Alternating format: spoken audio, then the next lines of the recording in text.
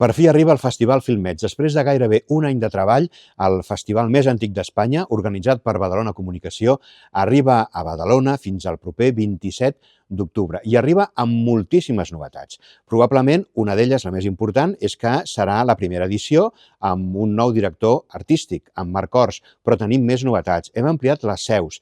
A part d'estar a les seus de Badalona, de Barcelona o als cinemes Can Castellet de Sant Boi, aquest any també podreu disfrutar de Filmets a Granollers, al cinema Edison i a Terrassa, al cinema Catalunya. En total, durant 10 dies, exhibirem 285 pel·lícules, una selecció de més de 4.000 que han escollit els membres del jurat de selecció del Festival Filmets. Un festival que també posa en marxa 2 nous espais per fomentar el talent, per connectar amb la indústria i per ajudar a la creació de nous curtmetratges. Estic parlant del Filmets Lab i del Filmet Talks.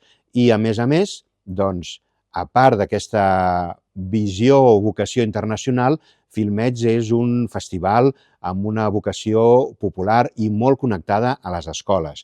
Durant aquests dies farem sessions matinals per alumnes de primària i de secundària de totes les escoles de Badalona. Més de 5.000 alumnes passaran pel Teatre Zorrilla i pel Teatre El Círcul de Badalona per gaudir del món del curtmetratge. Us convidem a venir i, sobretot, no us perdeu la gala de Cloenda. Si no podeu venir, connecteu-vos a la xarxa Més perquè oferirem el 25 d'octubre, el dissabte a les 8 del vespre, des del Teatre Zorrilla de Badalona, la nit de les Venus, la gala on entregarem els premis als millors curtmetratges d'aquesta edició número 51 de Filmets. Ja ho sabeu, no us ho perdeu. Veniu!